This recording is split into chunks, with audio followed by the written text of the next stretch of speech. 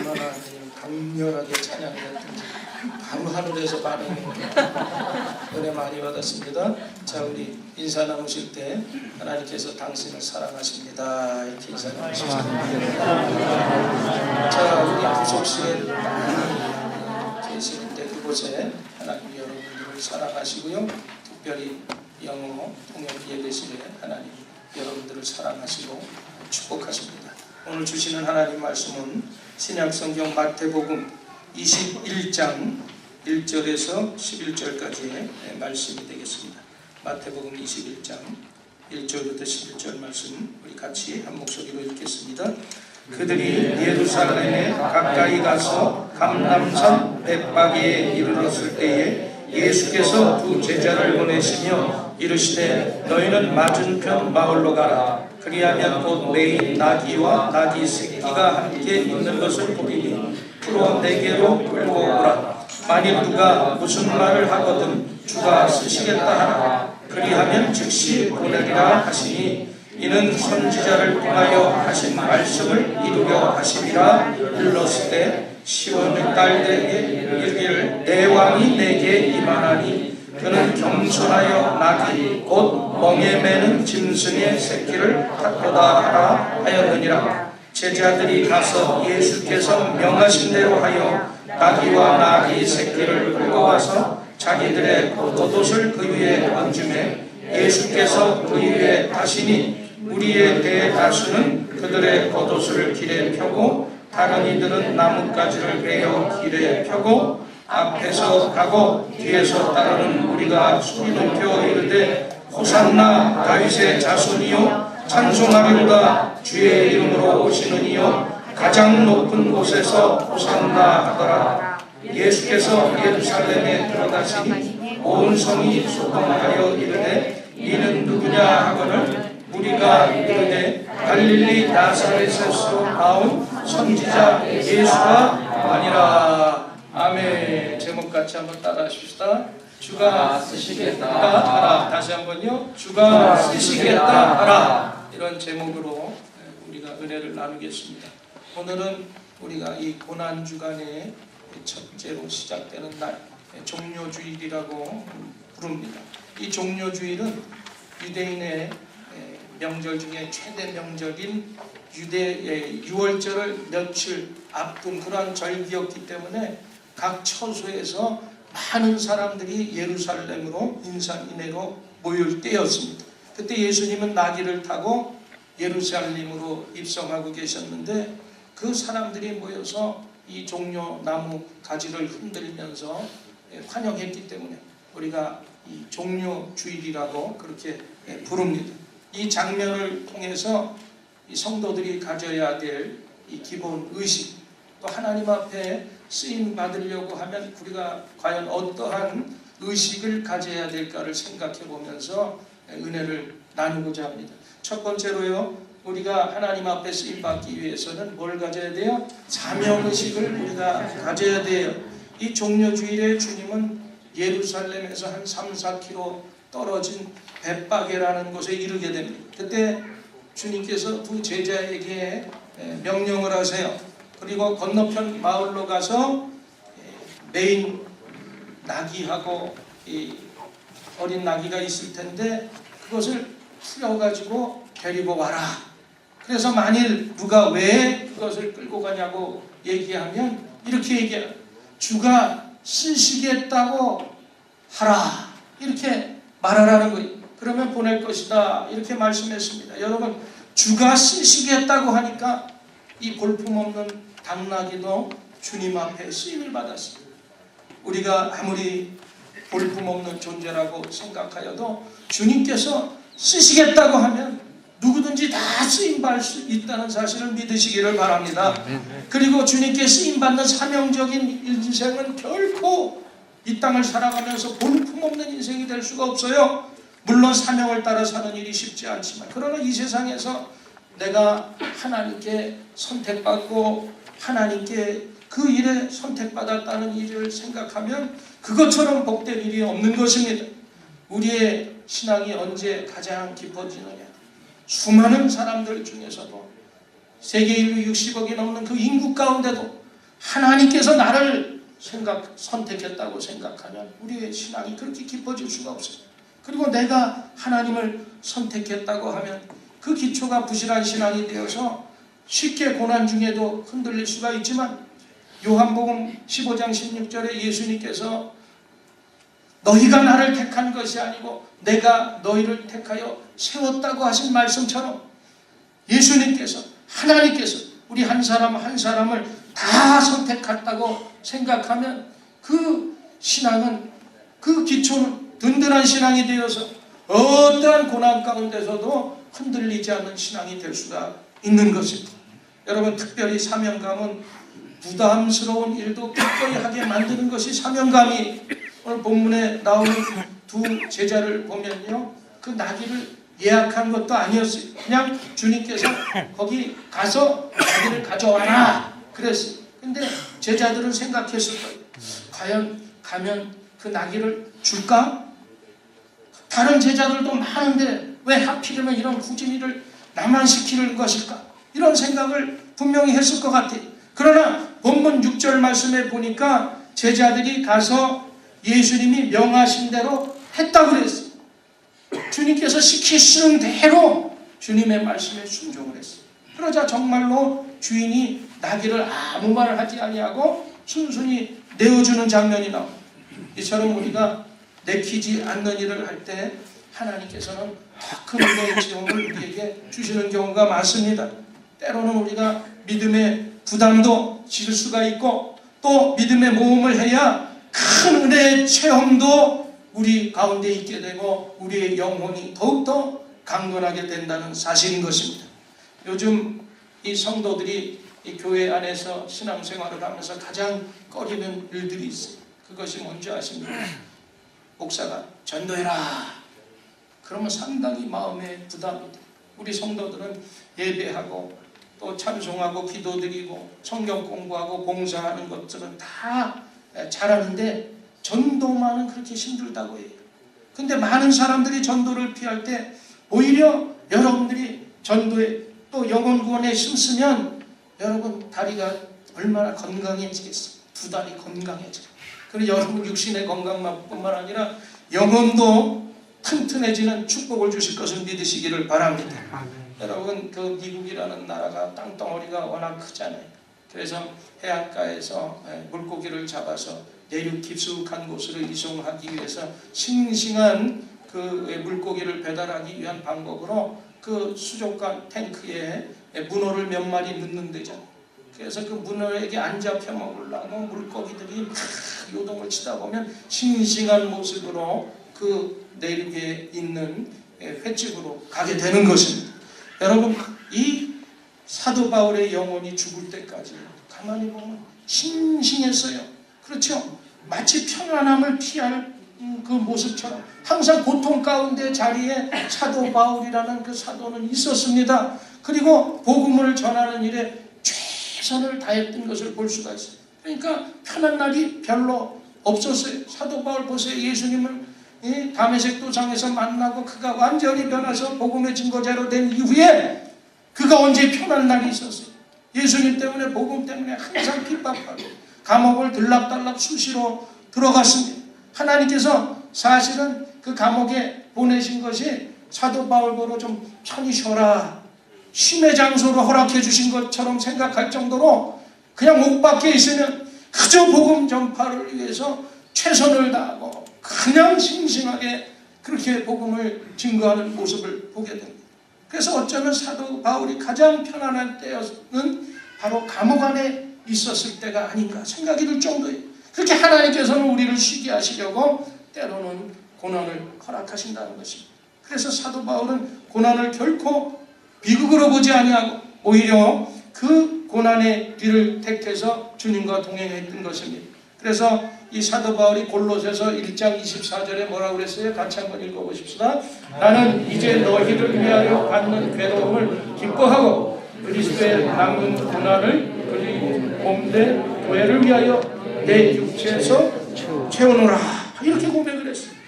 그러니까 이 사도 바울은 하나님을 위해서, 교회를 위해서라면 어떤 시련을 받을 준비를 각오를 하고 있었다는 거예요. 바로 택함 받은 우리 성도들에게는 그런 사명의식이 있어야 돼요. 그리고 이런 사명의식이 있는 사람을 하나님께서는 사용하신다는 사실인 것입니다. 여러분들은 이러한 사명의식으로 충만하게 되기를 주님의 이름으로 간절히 축원을 드립니다. 그 다음에 하나님 앞에 쓰임받기 위해서는 또 우리가 어떤 의식을 가져야 돼요? 겸손한 청지기 의식을 우리가 지녀야 되는 거예요. 여러분, 보통 개선 장군들은 당시에 로마의 군인들이 승리하고 들어올 때 뭘 타고 들어와요? 말을 타고 들어와서 대대적인 환영을 받습니다. 근데 왜 주님께서는 말 대신에 나귀를 타고 왔을까요? 말은 힘, 또 전쟁을 상징하지만 나귀는 평화를 상징합니다. 그래서 주님께서 나귀를 타신 것은 평화의 왕으로 오셨음을 어떤 상징하는 표예요. 그래서 나중에 또 그 나귀 가운데서도 어떤 나귀를 타고 오셨어요? 새끼 나귀를 타고 오셨어요. 왜 또 그 나귀도 큰 나귀가 아니라 새끼 나귀를 타고 오셨을까? 바로 주님께서는 그 모든 허영을 다 버리시고 허세를 버리시고 겸손한 모습으로 오신 모습을 보여주시기 위함인 것입니다. 그래서 주님은 겸손해서 나귀를 새끼를 타셨고, 그래서 주님께서도 겸손한 사람을 사용하신다는 사실인 것입니다. 그래서 우리가 겸손하면 아무리 우리가 연약한 존재같이 생각되어도 하나님께서는 그 사람을 써요. 그러나 여러분, 교만하면 내가 아무리 능력이 있고 가진 것 많고 소유가 있고 건강하다 할지라도 하나님께서는 그런 교만한 사람을 사용하지 않는다는 것입니다. 나귀가 주님을 태우고 예루살렘에 입성했을 때 많은 사람들이 환호하죠. 호산나 호산나 다윗의 자손이요 우리를 구원하여 주옵소서. 호산나가 그 뜻 아닙니까? 그런데 보니까 그 나귀가 함께, 나귀의 입장에서 보면 상당히 우쭐했을 것 같잖아요. 그렇잖아요. 자기한테 막 환영하는 것도 착각할 수도 있었어요. 그러나 나귀가 주님을 내려놓고 나귀는 어디 갔어요? 그 행방도 할 수가 없을 정도로 아마 어디 마국간으로 조용히 사라지는 것을 봅니다. 그러니까 우리는 아무것도 아닌 등 위에 계신 예수님만 영광받아야 되는 줄 믿습니다. 이처럼 우리는 주님이 없으면 아무런 존재가 아무것도 아닌 존재라는 사실을 늘 기억해야 돼요. 그러므로 어떤 일을 성취해도 여러분이 모든 영광 누구께? 우리 하나님께, 주님께 돌리는 저와 여러분이 되기를 주님의 이름으로 축복합니다. 그 사람이 겸손한 모습인 거예요. 누가 겸손한 사람이냐? 여러분, 외적인 면만 가지고는 그 사람이 겸손하다, 겸손하지 않다 얘기할 수가 없어요. 겸손은 어떻게 기준을 삼아야 되느냐? 주님과의 거리의 관계에서 우리가 겸손을 생각할 수가 있어요. 주님과 더욱더 밀접하고 가까운 관계를 맺는 사람이면 그 사람은 겸손한 사람이에요. 그러나 주님과 멀리 떨어져서 주님을 멀리하는 사람은 바로 교만한 사람이라고 말할 수가 있는 것입니다. 그런 의미에서 성도에게는 반드시 겸손함이 있어야 돼요. 특별히 겸손함을 보여주는 사람에게 뚜렷한 한 가지의 그 열매가 있는데, 그 열매가 뭐냐? 바로 겸손한 사람 가운데는 마음에 평안이 있다는 사실인 것입니다. 겸손함은 적이 없어요. 교만하니까 적이 생기는 거지. 그래서 주님께서도 산상순례 마태복음 5장 3절에 그 첫 번째가 뭐예요? 심령이 가난한 자는 복이 있나니 천국이 저희의 것이니라. 이렇게 말씀하셨어요. 겸손한 심령을 가진 사람에게는 반드시 마음의 천국이 펼쳐지게 된다는 거예요. 그래서 겸손한 사람에게는 항상 마음의 평안이 있습니다. 우리가 겸손함을 잃지 않을 때 하나님께서 그 겸손한 모습을 보시고 그 사람을 크게 하실 것이고, 크게 된 후에도 계속해서 그 사람이 겸손한 삶을 살면 그 사람을 끝까지 하나님께서는 사용하신다는 사실인 것입니다. 그리고 또 오늘 이 본문에서 보니까 이 나귀의 주인은 주가 쓰시겠다 이렇게 제자들이 얘기하니까 한마디 아무 말 단서도 하지 아니하고 제자들에게 나귀를 가져가도록 허락했어요. 당시에 뭐 나귀가 그렇게 싼 가격이 아닙니다. 어린 나귀라고 해서 싼 것이 아니라 비싼 대가를 지불해야 살 수 있는 그러한 동물이었어요. 그러면 나귀의 주인이 어떻게 그렇게 자기의 비싼 그 나귀를 그냥 내어드릴 수가 있었을까?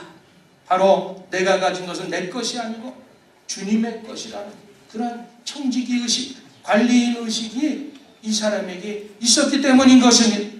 여러분, 우리가 가지고 있는 물질, 지위, 명예, 권력, 건강, 여러분 재능, 이 모든 것이 내가 소유했다고 내 것 같지만 그렇지 않아요.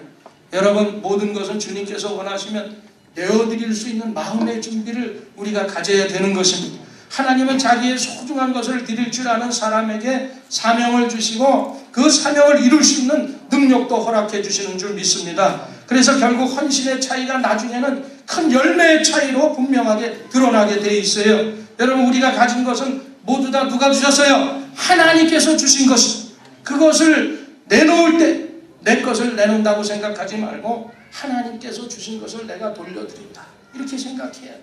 그래서 여러분이 가진 그 어떤 것이 있든지 여러분들이 하나님 뜻에 마음에 합한 대로 사용하면 하나님께서 항상 여러분들과 함께 하신다는 사실을 믿으시기를 바랍니다. 그리고 하나님 앞에 내놓는다고 해서 그게 없어지는 것이 아니라 하나님의 뜻대로 사용하기만 하면 하나님께서 더 많은 것으로 채워주신다는 사실을 믿으시기를 바랍니다. 특별히 오늘 본문을 보면 주님의 말씀을 듣고 믿음으로 벳바기의 건너편에 마을로 간 두 제자의 이름을 다른 복음서에 나와. 근데 이 나귀를 준 그 나귀 주인의 이름은 나오지 않아요. 여러분, 그들은 주님을 위해서 큰 헌신을 했지만 이름도 빛도 없이 자기의 이름은 나타나지 않았어요. 여러분들이 본문의 나귀 주인과 같은 이름 없는 헌신자들이 다 되기를 주님의 이름으로 축복합니다. 내 이름을 위해서가 아니라 하나님 나라와 하나님이 기뻐하시는 일을 위해서 우리가 이름도 없이 빛도 없이 헌신해 보십시오. 그렇게 조용히 헌신해도 나중에 보면 그 헌신이 저절로 다 드러나고 헌신이 숨겨져 있다가 저절로 알려지면 사람들 앞에서 더 큰 감동을 줄 수가 있는 거예요. 그래서 여러분이 우리가 이 사람들의 칭찬이 적으면 적을수록 하나님의 그 크신 상급이 칭찬이 더 크다는 것을 믿으시기를 바랍니다. 그래서 교회에서도 겸손한 이 청지기 의식을 가진 사람이 많아질 때 그 교회가 반드시 하나님의 은혜가 넘치는 교회가 되고 하나님의 사명자가 들끓는 축복된 교회가 될 줄 믿습니다. 그 다음에 세 번째, 우리가 하나님 앞에 쓰임받기 위해서 뭘 전해야 해요?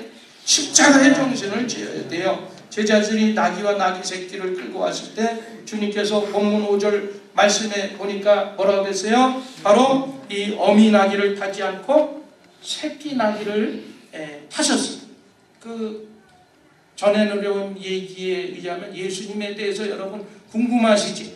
근데 예수님이 그 심장이 190cm 정도 되는 아주 큰 거구였다고 얘기하시더라고요. 그런데 그 큰 거구가 새끼 나귀를 탔으니 나귀의 입장에서 얼마나 힘들었을까. 그런데 새끼 나귀는 멍멍하게 예루살렘으로 걸어 들어갔어요. 때로 우리는 주님의 일을 하면서 이처럼 나귀처럼 무거운 그 짐을 질 때가 있습니다. 그때 그 짐을 축복의 십자가로 알고 기쁘게 질 때 하나님께서 축복하시는 거예요. 오늘날 누구보다 필요한 사람은 십자가를 질 줄 아는 사람. 그래서 진짜 여러분, 이 제자는 성경 공부 많이 하고 제자 훈련 많이 해서 그것이 진짜 제자가 되는 것이 아니라 진정으로 주님의 십자가를 질 줄 아는 그 사람이 참된 제자인 줄 믿습니다. 그래서 주님께서 예루살렘에 입성하실 때 수많은 군중들이 그의 옷을 벗어버리고 길에 펴고 이 팡추기를 막 종려나무로 흔들었잖아요. 그러면서 환영했어요. 당시 사람들은 이 전쟁에서 승리하고 돌아올 때 대선장군들한테 이런 일들을 했는데 왜 그렇게 환영을 했느냐? 예수님도 동일하게 그렇게 환영을 했던 이유가 있어요. 이미 예수님이 공생의 기간 동안에 많은 기적을 행하셨어요. 병자도 고치시고 기적도 해요. 죽은 자까지 심지어를 살렸어요. 그러니까 그런 능력과 기적에 관한 소식들을 사람들은 들었기 때문에 그 능력을 통해서 정치적인 독립을 이루고 축복을 받아야 되겠다, 이런 기대 심리들이 군중들에게 있었어요. 근데 그 예수님이 로마의 병정에 체포됐어요. 그러니까 그 호산나 호산나 하고 손들던 많은 군중들이 이제는 그 모든 기대가 증오로 변하잖아요. 그리고 어떻게 돼요? 십자가에 못 박아라! 십자가에 못 박아라! 바라바를 풀어주고 예수를 십자가에 못 박아라! 여러분, 우리는 군중을 신뢰하지도 말고 우리 자체가 군중도 되지 말아야 돼요. 하나님께서는 군중들과 함께 일하신 적이 없어요. 주님은 소수의 십자가를 질 줄 아는 그 제자들을 통해서 일을 하셨어요. 그래서 군중과 제자의 결정적인 차이가 있다면 군중은 십자가를 절대로 지질 않아요. 그러나 제자는 기쁘게 십자가를 진다는 사실인 것입니다. 여러분, 우리는 십자가를 져야 할 때 기쁘게 지는 참 제자가 되어야 될 줄 믿습니다. 십자가 없으면 결코 영광도 없어요. No cross, no crown. 우리 이런 말 많이 하잖아요. 그러니까 십자가 없으면 결코 우리에게는 부활도 없고 영광도 없는 거예요. 예수님이 십자가에 못 박혔을 때 당시 군중들은 바로 예수님 앞에 조롱했어요. 너 하나님의 아들이라며 내려와. 그럼 우리가 믿을게. 그렇게 얘기했어요. 그러나 예수님께서 안 내려오셨잖아요. 하나님의 뜻이고 사명이기 때문에. 예수님이 만약 거기서 내려와서 그 광경을 보고 사람들이 믿는다고 해봅시다.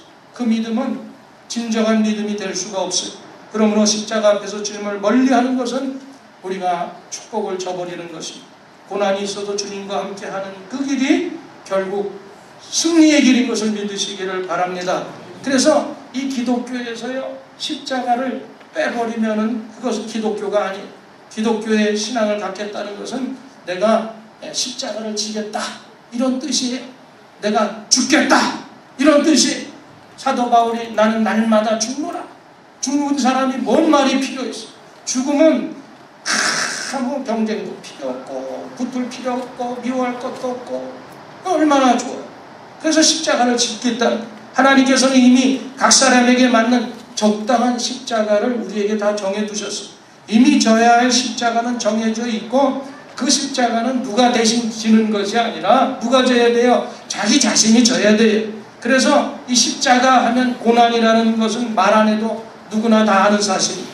그래서 사탄은 교회에서 자꾸 이 고난의 십자가를 끌어내리려고 해요. 교회에서 자꾸 이 고난의 십자가 얘기 안 하잖아요. 그리고 자꾸 교회를 안일하게 만들고 재밌는 놀이터로 만들고 유흥시설로 만들어서 십자가 복음은 싹 빠지고 세상 모임으로 점점 변해가고 세상 사람들로 점점 북적거리는 이러한 교회들이 오늘날 비일비재한 그런 모습을 보여요. 안 돼요. 여러분, 이제 사람들은 교회를 바라보면 십자가의 고난을 더 이상 연상하지 않는 그러한 세상의 사람들이 많이 있어요. 여러분, 십자가의 고난은 그리스도의 상징입니다. 우리가 신앙을 버리면 겪지 않아도 될 불이익과 고난이지만 순전히 예수님을 믿기 때문에 받는 그 고난, 그것이 바로 십자가인 것입니다. 그래서 십자가를 진다는 것은 세상에서 버림받고 고난을 받을 각오를 하는 것이 십자가를 지는 거예요. 여러분, 그러나 십자가의 고난은 예수님과 함께하는 고난이기 때문에 여러분이 생각하는 것처럼 그렇게 힘들지 않습니다. 세상이 주지 못하는 평안과 만족이 그 십자가 속에 있기 때문에 또 여러분들이 능히 그 모든 십자가를 감당하고 질만하니까 하나님께서 우리에게 주는 것을 믿으시기를 바랍니다. 여러분, 혹시 여러분들이 벗어놓고서 까맣게 잊어버리고 있던 십자가가 있다면 이 고난의 주간 출발하면서 이 종료주일에 다시 그 십자가를 여러분 찾아서 여러분의 등에 메시기를 바랍니다. 잃어버린 십자가를 되찾아야 돼요. 천국으로 건너가기 위해서는 자기 십자가로 다리를 놓아야 돼요. 우리가 십자가 없이 천국 문에 다다랐는데 그때 후회해도 아무런 소용이 없는 것입니다. 그래서 우리는 우리에게 주신 우리가 짊어져야 될 그 십자가를 기쁘게 져야 되는 거예요. 여러분, 한국에서 제가 목회할 때 교회를 아주 싫어하는 어떤 분이 있었는데 그 동생은 우리 순복음교회 집사님이셨어요. 그래서 기도 제목이 뭐냐면 자기 언니가 예수 믿고 구원받고 그 가족이 모두가 구원받는 것이 소원이었어요. 그래서 동생이 수시로 그 언니를 전도하기 위해서 매일 찾아가고 전도를 했지만 그 언니는 전혀 무반응이. 그런 가운데서도 그 언니 구원을 위해서 계속적으로 처리하고 금식하고 기도하면서 작정하고 기도했는데, 그러던 어느 날 이 언니가 이상한 신비한 꿈을 꾸게 됩니다. 꿈에 갑자기 그 언니가 어떤 방에 있게 되는데 그 방 구석에 책상 하나가 있고 또 그 책상 벽 앞에는 십자가가 하나가 걸려 있었어요. 근데 그 언니가 꿈에 보니까 갑자기 그 방바닥 밑에서 맑은 물이 웅수술 치면서 올라오는 거예요.